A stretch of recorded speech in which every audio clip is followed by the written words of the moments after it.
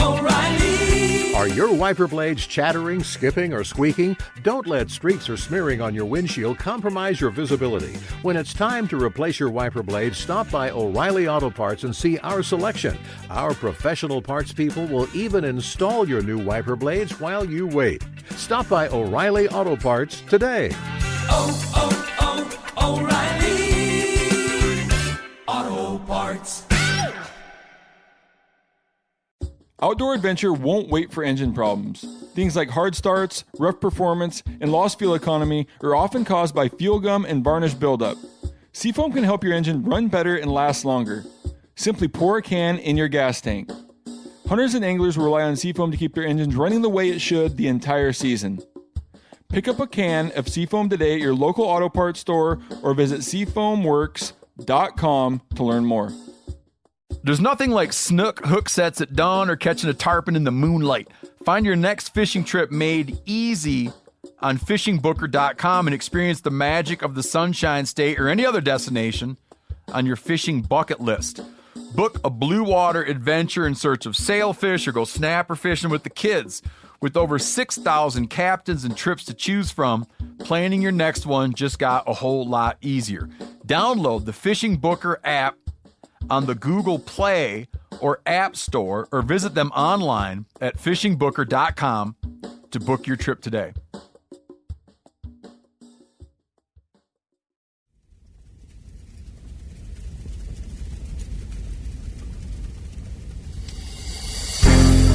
As a guide and hunter, I've spent thousands of days in the field. This show is about translating my hard-won experiences into tips and tactics that'll get you closer to your ultimate goal, success in the field. I'm Remy Warren. This is Cutting the Distance.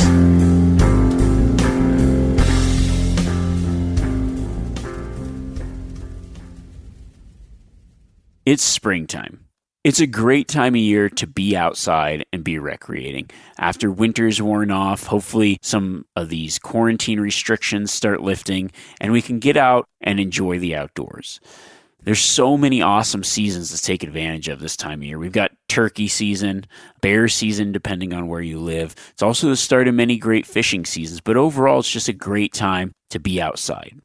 However, there is one season this time of year that I do not like, and that's tick season. If I really think about it, ticks are probably one of the more dangerous things that a majority of hunters encounter just being out, especially in the spring. It's because they're disease vectors for things like Lyme disease, Rocky Mountain spotted tick fever, which can actually kill you, as well as a lot of other diseases that cause sickness and other complications. I mean, ticks can be a huge problem, but there are great methods and best practices for prevention. Over the years, I've developed a system that seems to work really well and just allows me to go into the woods with a lot more confidence. But before we get into that, I want to share a story that involves three things: ticks, giraffes, and paintball guns.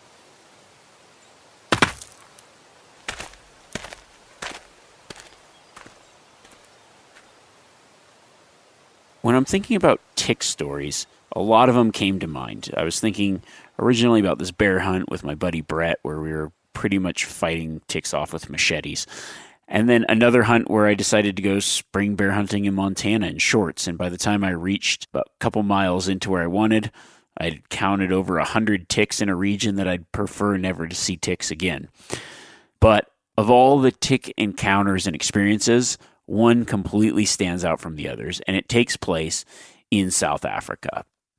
Quite a few years back, I would pretty much try to find guiding work wherever I could, and I would travel around and kind of made it a year-round job, going to New Zealand, traveling to different states, hunting spring seasons. And one year I actually found some work in South Africa.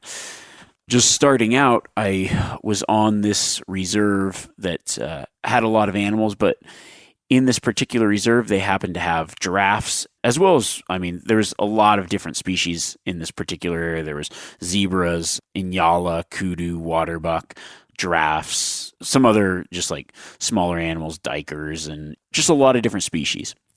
Now, on this particular place, they did have a problem with tick-borne diseases killing a lot of the animals. And the giraffes were especially susceptible to this. I don't know if it was just their body size, but some of these animals, you would find so many ticks, like in their crotch region, in their armpits.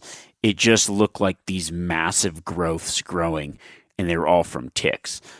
A combination of disease from the ticks, and then I think just so many ticks getting on these animals. I mean, I couldn't see how they could live. And it was becoming a really big problem. So this particular place, while trying to help out a lot of the animal populations on this piece of property, hired hunters or professional hunters to inoculate the animals. And they use these, they call it douse. So it's like it's a chemical that, people use on cattle as well. It kills a lot of parasites and does kill the ticks as well. So they would use this douse to inoculate and kill off the ticks to help these animals survive some of the tick-borne diseases and maybe just give them a better fighting chance.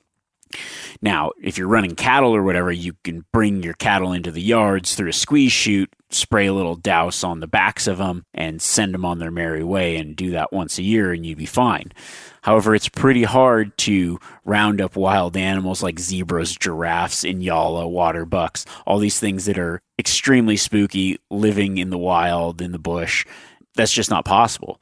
So the delivery method for this douse was a paintball gun, and these paintballs were filled with the chemical that kills the ticks, and then hunters would, myself, I would take the paintball gun around, try to sneak up on animals and shoot them with the paintballs to inoculate them from the tick disease. And if you've ever shot a paintball gun, they don't go very far. It's like shooting, I would say it was probably like hunting. I would compare it to hunting with a traditional bow, because you had to get pretty close to these animals to be effective or to make a good shot. You could hit them anywhere because the oil from it is strong enough that it could pretty much cure a larger cattle-sized animal with one or two paintballs. And some of the other animals, like giraffes or real social animals that rub up against each other, would actually spread it to each other as well. So you didn't have to make like a vital shot or anything, but you had to be pretty close and without obstructions of brush or anything else to actually hit these animals. So that's one of the reasons that they hired hunters. They're really good at stalking to get in and inoculate a variety of animals that were extremely spooked, had been hunted and pressured fairly hard, and did not allow people to get very close. I was also given a four-wheeler where I could drive around. So I was mostly on the four-wheeler. I would have the paintball gun, so if I was driving around and saw some, I could shoot them with the paintballs, or even try to chase some of them down with the four-wheeler and shoot them. The trouble was, there were not a lot of roads there, and it wasn't like the type of terrain where you could drive off-road and chase them and get them. So for the most part, it was spot and stalk, and then a lot of night work with a spotlight, especially for some of the more nocturnal animals like the bush bucks, the inyalas, just a lot of different animals at night. They're mostly concerned about getting the giraffes, and I thought, okay, this is going to be super easy. Shooting a giraffe with a paintball gun. I just had no real experience with giraffes at that point. They were the hardest thing to sneak up on. And I think until this point, I'm not sure anybody had really shot the giraffes with paintballs. They're giant, but they can see forever. And they were extremely wary. They did not like people getting close. They were not like friendly zoo giraffes. They would see you from a long ways off, and then they would just constantly keep jogging out of range of the paintballs. So one of the first nights I would drive around, and I don't know why, but I was never able to locate a giraffe at night. I just thought, they'll be easy. I'll go find some giraffes at night. Maybe it was just being unfamiliar with where they hung out. I didn't really know where I was, and mostly just kind of sticking to the roads on the four-wheeler with the spotlight, because it was one that plugged into the battery. I didn't have a cordless spotlight. So I drove around all the roads that I could find kind of after I knew the area, spotlighting, shooting some of the more nocturnal animals with the paintballs, but not seeing any giraffes. So I ended up starting to figure out where the giraffes were hanging out. I had spotted some giraffes one morning, after having quite a few failed stalks on them. I'm like, okay. Because at first I just thought, I'll just walk up and shoot these things with the paintball. That'd be great. And that was not the case. So I let them calm down. I go stalking some other animals, inoculate a water buck, which was like a pretty cool stalk and hunt in some real thick stuff. And then I go back to where the giraffes were and they were feeding. I'm like, okay, cool. So I start sneaking in, and there's about 5 or 6 giraffes in this one spot. I'm like, all right, I'm trying to plan out my stalk where I can get through this one little creek where I can get close enough, and they're kind of feeding away, like backs and really focused on eating this tree. So I'm like, all right, this might be my best chance. So I got to shoot as many of these things with the paintballs as I can. I get close, I get lined up, and I'm like, all right, sweet. I think there was 5 giraffes, and I'm like, all right, I'm going to take these 3 close ones, and then as the other 2 come out, I might try to hit them on the run. So I get lined up, I shoot the first shot, hit the close giraffe in the butt with a paintball, and I'm trying to get maybe 2 paintballs on each giraffe before I move to the next one. So the first one, I pop, got him twice. The next one, pop, got it. But at this point, they hear the gun going off. I'm fairly close, and they don't like it, so they start running. I shoot the third one time, and now they're standing out at a distance, like looking. They're not liking it, and I'm like, guys, I'm just trying to help you out here. And then they start taking off again. I'm like, all right, I can get that one more time. As I shoot that one, they run into a herd of zebras. I'm just like guessing my yardage, but I don't have a lot of these paintballs either, and I want to conserve them because I think they're kind of expensive. So I shoot, and I'm thinking, okay, I will definitely hit this giant giraffe out in this flat. The paintball goes over the giraffe and hits a zebra behind it. And I thought that was pretty awesome. How many people have tried to shoot a giraffe with a paintball, missed, and hit a zebra? I think that's very low. But that was just one of the more fun experiences I've had dealing with ticks, and just a crazy fun and interesting look at how bad the ticks affect the animals there. And I'm thinking, man, I do not want one of these ticks on me, because I saw the damage that they did to large animals and how devastating they were, and the fact that they needed people to come in here and help protect the animals by just trying to kill the ticks.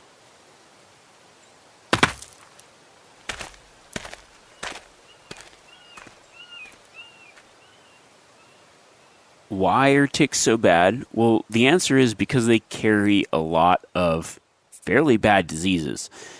Let's just actually talk about ticks a little bit first, and then we'll go into some of the preventions and things you should do to just make sure that these things don't happen to you. The way a tick feeds is it essentially finds a host, buries in, and then draws blood.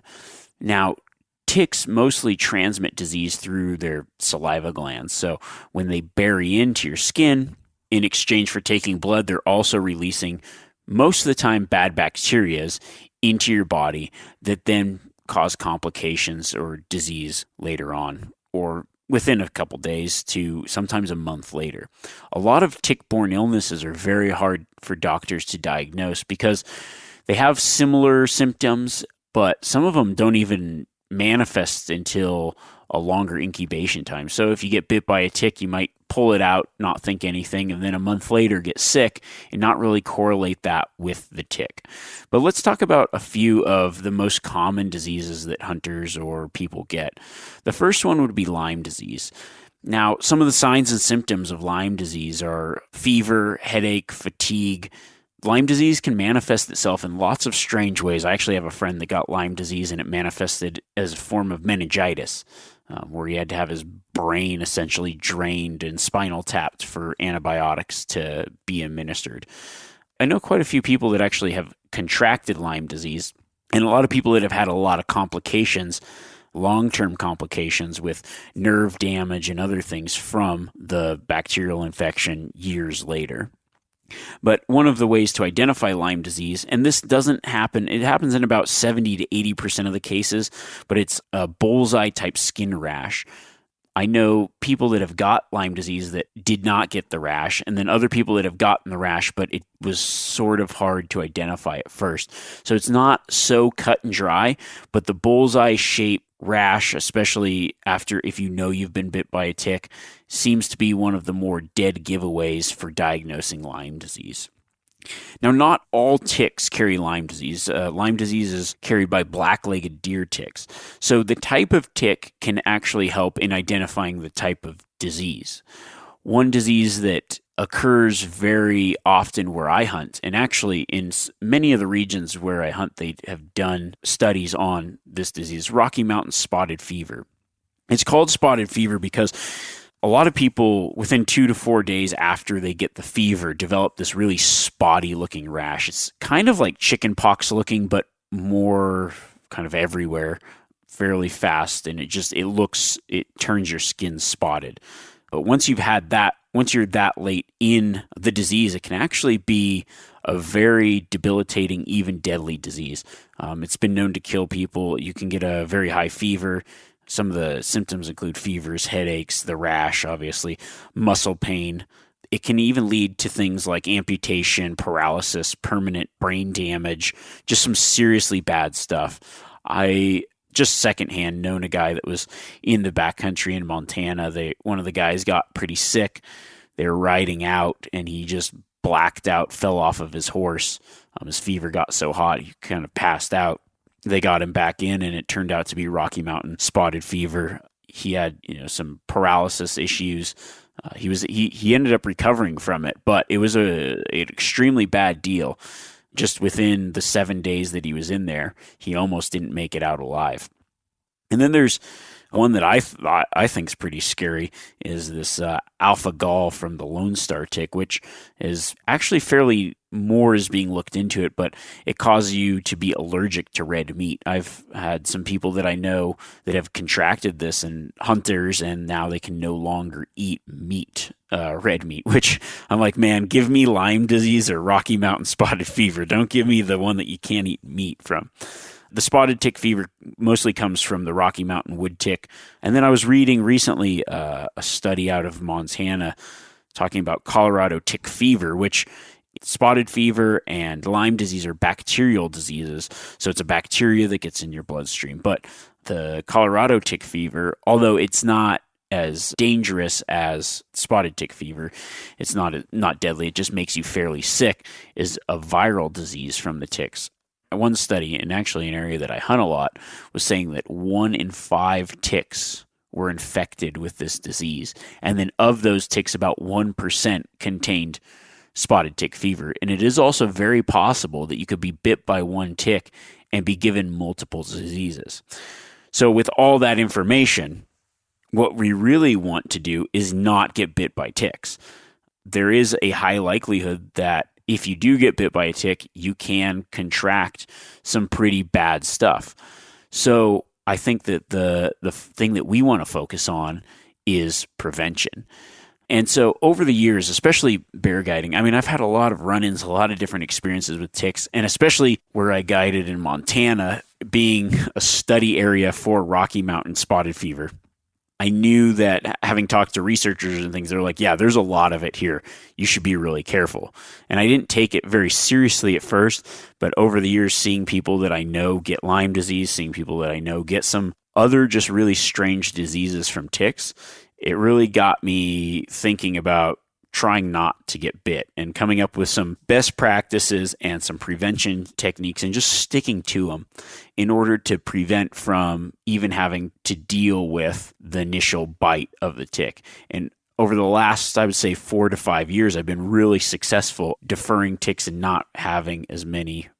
Some years I would go and have as many as 20 plus ticks buried in me.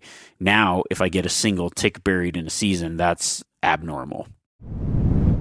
O'Reilly Auto Parts are in the business of keeping your car on the road. O'Reilly Auto Parts offer friendly, helpful service and the parts knowledge you need for all your maintenance and repairs. If you're confused about what part you need, like what wipers are going to be the best, what replacement headlights are going to be the best, go into O'Reilly and talk to the people that work there, because they're great and they're super friendly, and they'll get you squared away where you walk out knowing you got the right thing. They've got thousands of parts and accessories in stock, either in-store or online, so you never have to worry if you're in a jam. Do you need your windshield wipers replaced? You need a brake light fixed? You need some quick service? They'll help you find the right part or point you to the nearest local repair shop for help. The professional parts people at O'Reilly Auto Parts are your one-stop shop for all things auto do-it-yourself, and you can find what you need in-store or online. Stop by O'Reilly Auto Parts today or visit us at O'ReillyAuto.com/MeatEater. That's O'ReillyAuto.com/MeatEater. We've all seen plenty of gadgets and fads come and go, but here's one product that stood the test of time: Seafoam Motor Treatment. Lots of hunters and anglers know that Seafoam helps engines run better and last longer. It's really simple. When you pour it in your gas tank, Seafoam cleans harmful fuel deposits that cause engine problems. I'm talking common stuff like hard starts, rough engine performance, or lost fuel economy. Seafoam is an easy way to prevent or overcome these problems. Just pour a can in your gas tank and let it clean your fuel system. You probably know someone who has used a can of Seafoam to get their truck or boat going again. People everywhere rely on Seafoam to keep their trucks, boats, and small engines running the way that they should the entire season. Help your engine run better and last longer. Pick up a can of Seafoam today at your local auto parts store or visit seafoamworks.com to learn more. There's nothing like snook hook sets at dawn or catching a tarpon in the moonlight. Find your next fishing trip made easy on fishingbooker.com and experience the magic of the Sunshine State or any other destination on your fishing bucket list. Book a blue water adventure in search of sailfish or go snapper fishing with the kids. With over 6,000 captains and trips to choose from, planning your next one just got a whole lot easier. Download the Fishing Booker app on the Google Play or App Store or visit them online at fishingbooker.com to book your trip today.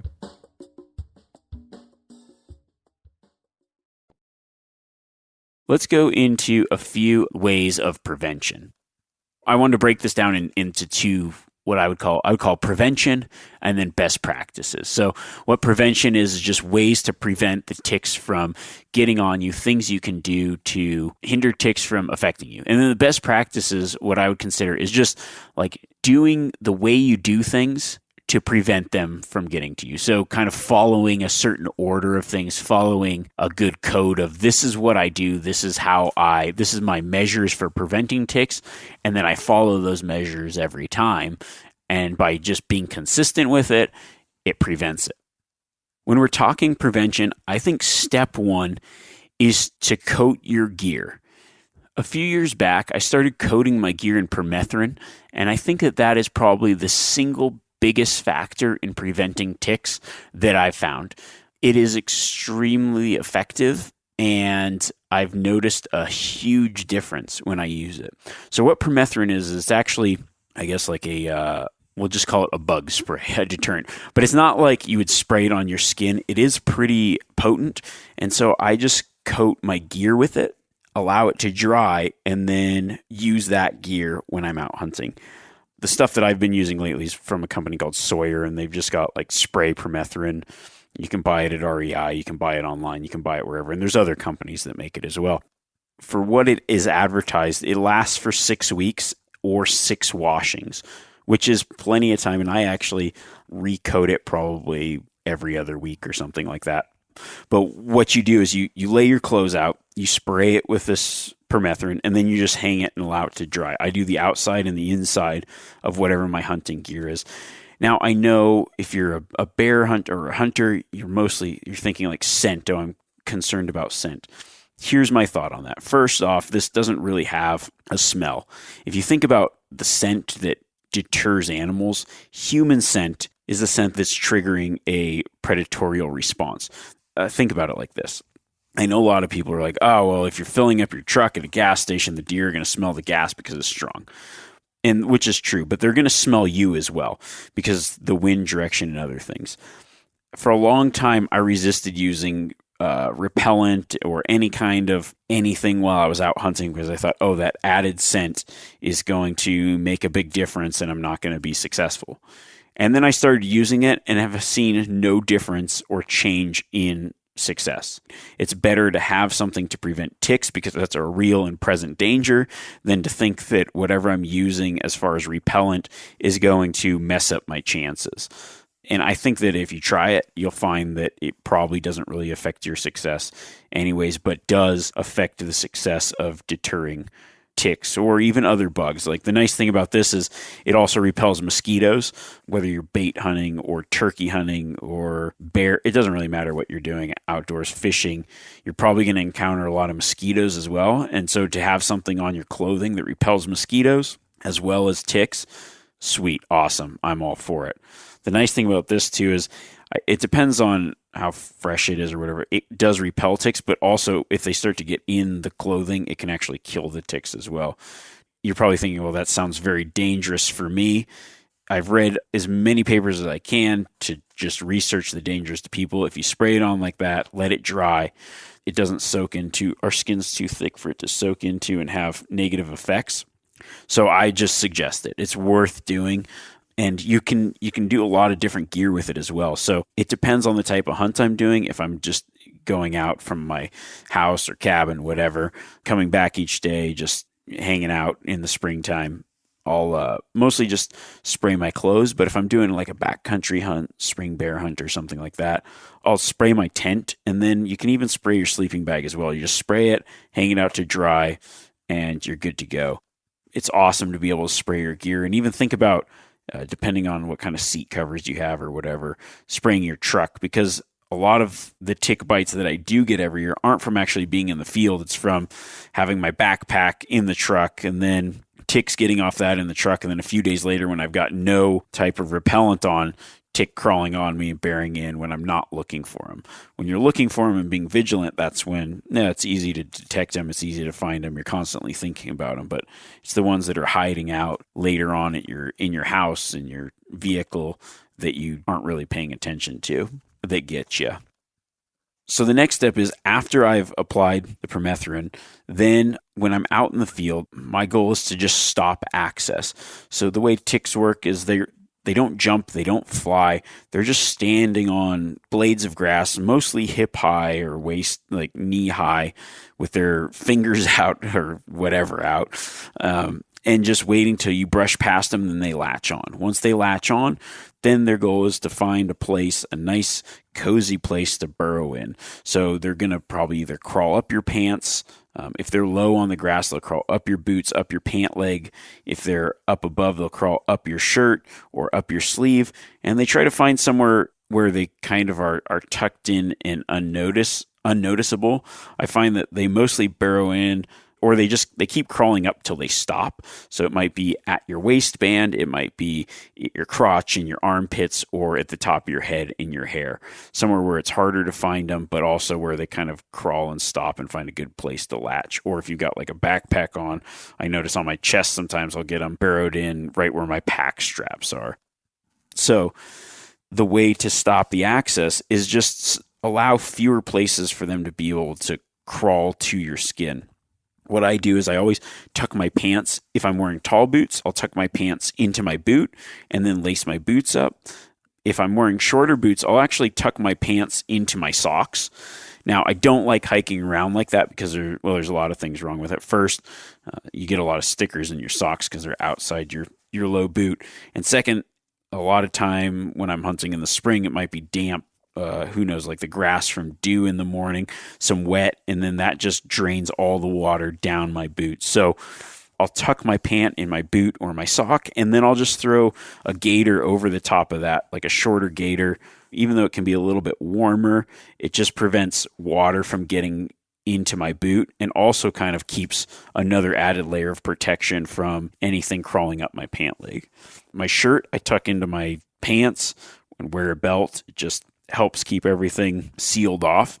I like to wear long sleeve shirt, kind of keeps the sun off me, plus just adds a little bit extra layer of protection from the ticks. Then the third thing that I do is I will then spray the openings around my neck and wrist with some kind of repellent. I prefer DEET. There's a lot of different repellents out there. I know it kind of sucks when you're on like a long trip or a long hunt and you're using DEET all the time. So I try to just limit it to I'll spray my hair or my neck area, just whatever, and then just around where maybe they might crawl up my sleeves. By adding the permethrin, by tucking in my pants, and then just doing the spray on those few areas, it pretty much eliminates most of the ticks that will get on me. Now, there are the occasional ticks that'll land on you briefly or whatever, or be on your gear and other things. So I try to spray most of my gear down, but that has been probably the best system that I've found for just keeping ticks off in general. Now, as far as the best practices go, I like to break it into what I think of as the quarantine and the check phase. Everybody now is aware of quarantine. Now, I'm not talking about quarantining yourself, but if you think about it, if you're going out for a turkey hunt, you're going out for the day, and then you come home, even with the repellent on and everything, sometimes there's ticks that have landed in something or just they're on your gear, they're on you, whatever. It still happens. It's not 100% that they won't touch you.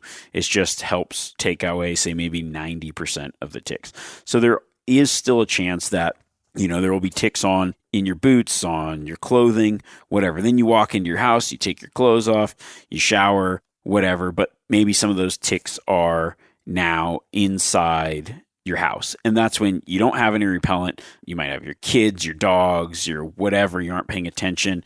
You might go to bed after showering and pick that tick up at some other point when you aren't thinking about it. And that tends to be the ticks that ended up getting buried into you. So when I get home, or if I'm camping in my tent, I don't bring my clothes into my tent. And when I get home, I just have a black contractor trash bag that I keep handy. I take my clothes off before I go inside. If I'm in the garage or whatever, I take my clothes off. I put them in the bag. I mean, just like, you don't have to be walking around outside in your neighborhood butt naked. But I'm just saying, like, have a way of taking the dirty clothes that you were out in the field with, putting them in a plastic bag to prevent the spread of ticks getting into your hamper, getting into whatever. If I'm home, what I'll do is I'll then take those clothes and I'll just throw them in the dryer. I'll, from the bag straight into the dryer, and then turn the dryer on high for about 10 minutes. Dry heat kills ticks really well. And so that method kills them. If your clothes need to be washed beforehand, so ticks can actually live submerged underwater. So if you just put it in the washing machine, that's not going to kill them. And it has potential to get on your other clothes or whatever. I figured this out because I did a load of laundry and then pulled my clothes out and there's live ticks in there. And I thought, that sucks. I always thought that water killed the ticks. And then I'm like, I got to look this up. Turns out it doesn't. But the dry heat does.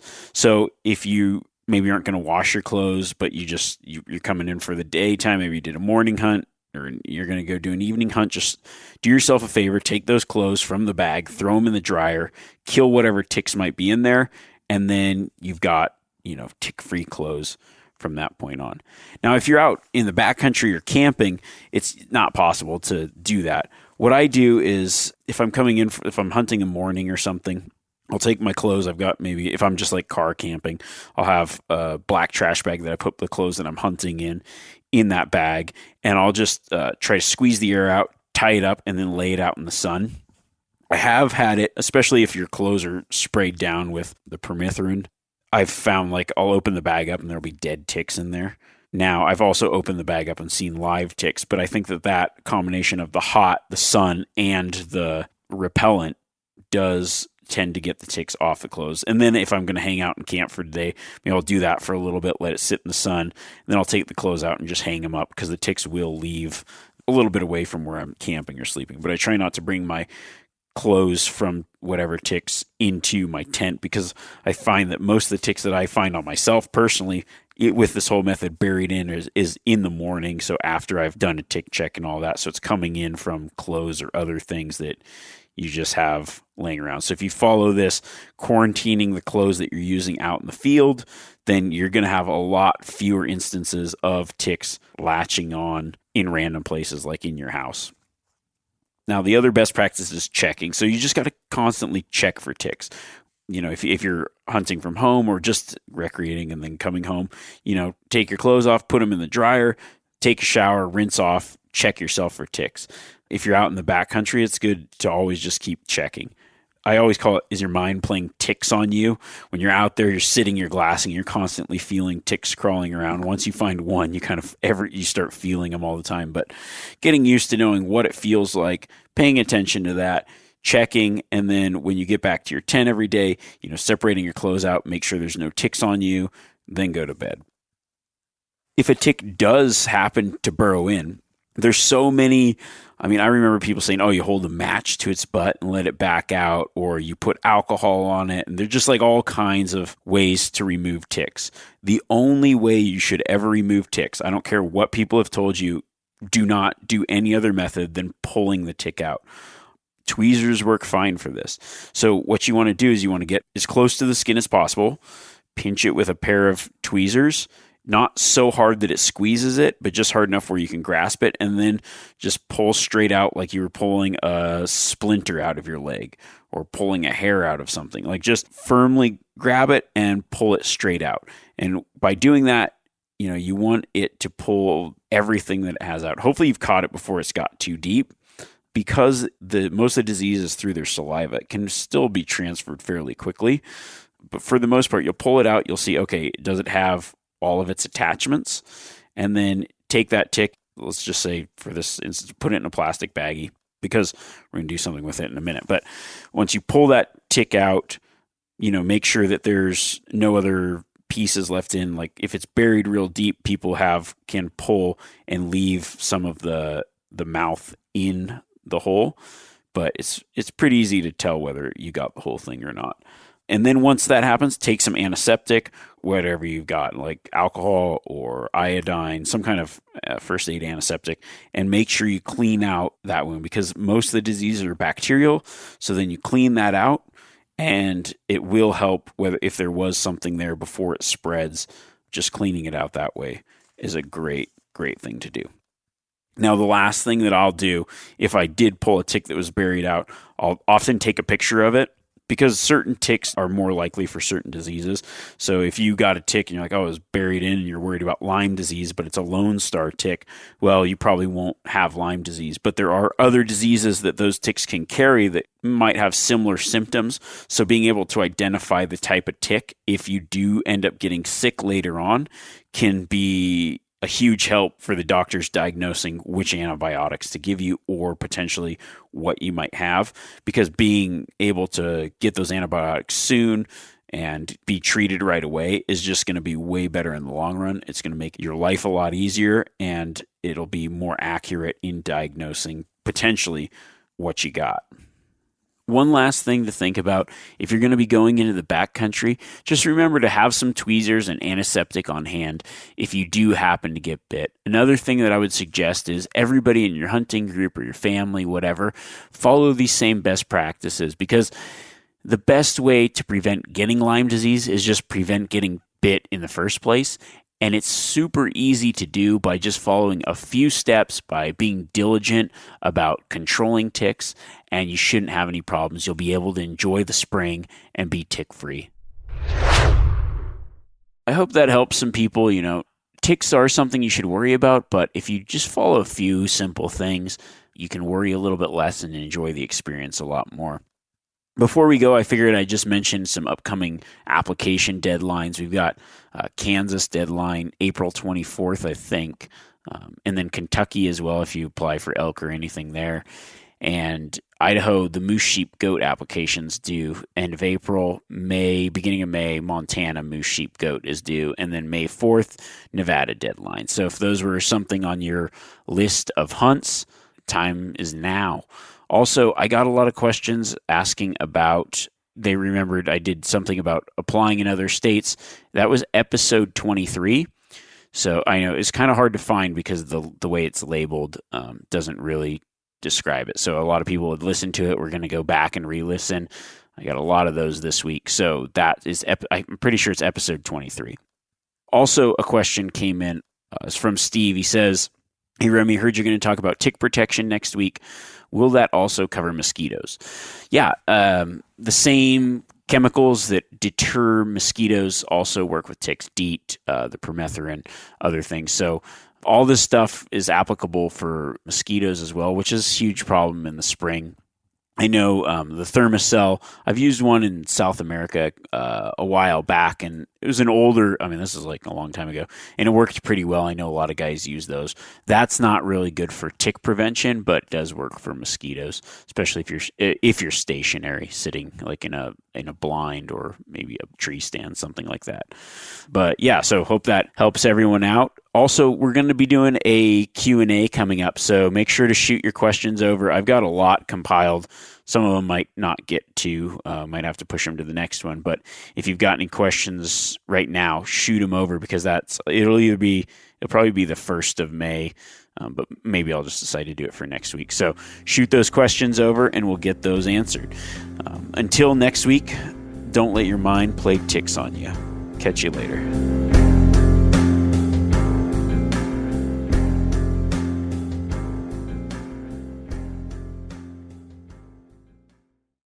Outdoor adventure won't wait for engine problems. Things like hard starts, rough performance, and lost fuel economy are often caused by fuel gum and varnish buildup.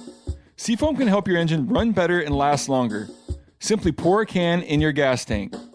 Hunters and anglers rely on Seafoam to keep their engines running the way it should the entire season. Pick up a can of Seafoam today at your local auto parts store or visit seafoamworks.com to learn more. You ever get that feeling the walls closing in, the concrete jungle suffocating you? You crave some wide open spaces, the chance to connect with nature, maybe in a spot all your own. Well, head over to land.com. They've got ranches, forests, mountains, streams, you name it. Search by acreage. You can search by location. You can search by the kind of hunting and fishing you're dreaming of. Land.com. It is where the adventure begins.